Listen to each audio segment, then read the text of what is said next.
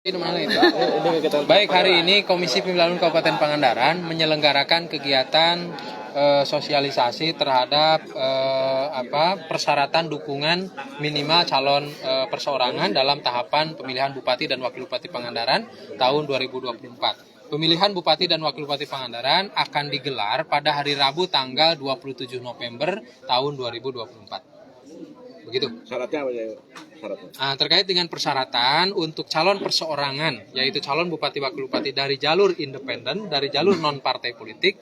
Pertama, jumlah penduduk Kabupaten Pangandaran adalah kisaran antara 300 sampai dengan 500. Kabupaten Pangandaran jumlah penduduk yang termuat di dalam DPT-nya adalah 333.461, maka jumlah dukungannya harus 8,5%. 8,5% dari 333.461 adalah 28.345 KTP ataupun dukungan, begitu.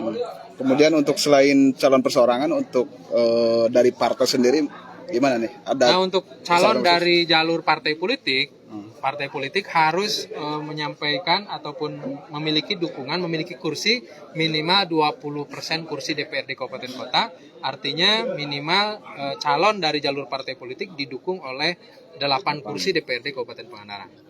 Independen, Pak. Dari independen misalnya. Nah, dari independen kan tadi saya sampaikan harus memiliki dukungan dari perseorangan itu 28.346 dan tersebar di lebih dari 50% jumlah kecamatan di Kabupaten Pangandaran. Nah, dukungan itu dengan pernyataan atau hanya KTP, Pak? Dengan KTP, Hanya KTP. pernyataan dan KTP. KTP elektronik nanti ada lampiran pernyataannya. Terus trennya menurun itu karena apa itu? Kalau trennya menurun, mungkin para ahli yang meneliti apa dasar segala macam ini segala macam. Pada prinsipnya KPU Kabupaten Pangandaran menganggap bahwa calon perseorangan ini adalah kesempatan yang sama untuk seluruh tokoh, seluruh masyarakat Kabupaten Pangandaran untuk terlibat sebagai peserta dalam perhelatan akbar pilkada. Antisipasi pencatutan KTP di untuk independen ini.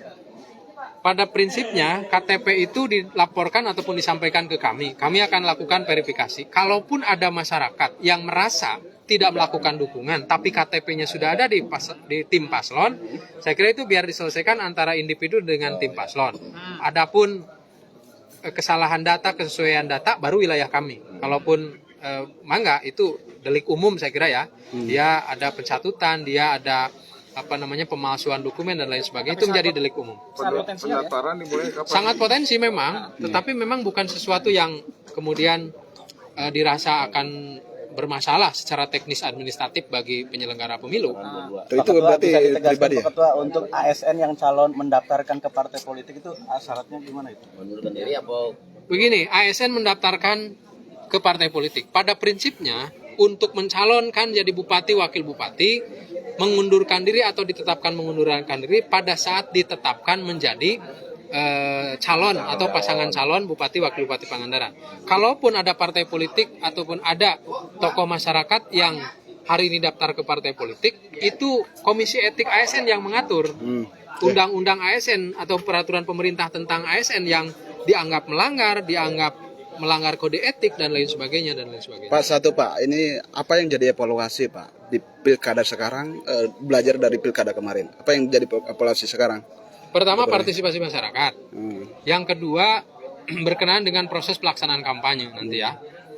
Akan menjadi fokus kami agar kampanye itu betul-betul sarana pasar gagasan. Kalau dalam perspektif kami, agar kampanye itu betul-betul menjadi sarana edukasi politik dan pendidikan politik bagi masyarakat Kabupaten Pangandaran.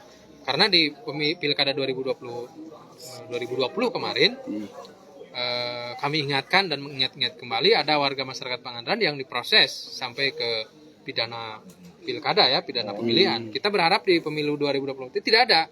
Agar edukasi politik bagi masyarakat berarti kesadarannya, pemahamannya bahwa money politik dan seterusnya itu ada sanksinya, begitu. Nah, edukasi itu berarti gimana nih cara? KPU akan gencar melakukan sosialisasi pendidikan politik kepada masyarakat tentang money politik, tentang pelanggaran pemilu, administrasi dan seterusnya. Yang kedua, akan mengajak seluruh komponen termasuk instansi pemerintah, termasuk kawan-kawan media untuk bersama-sama mensosialisasikan dan memberikan edukasi kepada masyarakat. Oke, makasih Pak. Yuk, Ya. clear ya? Pasangan ya.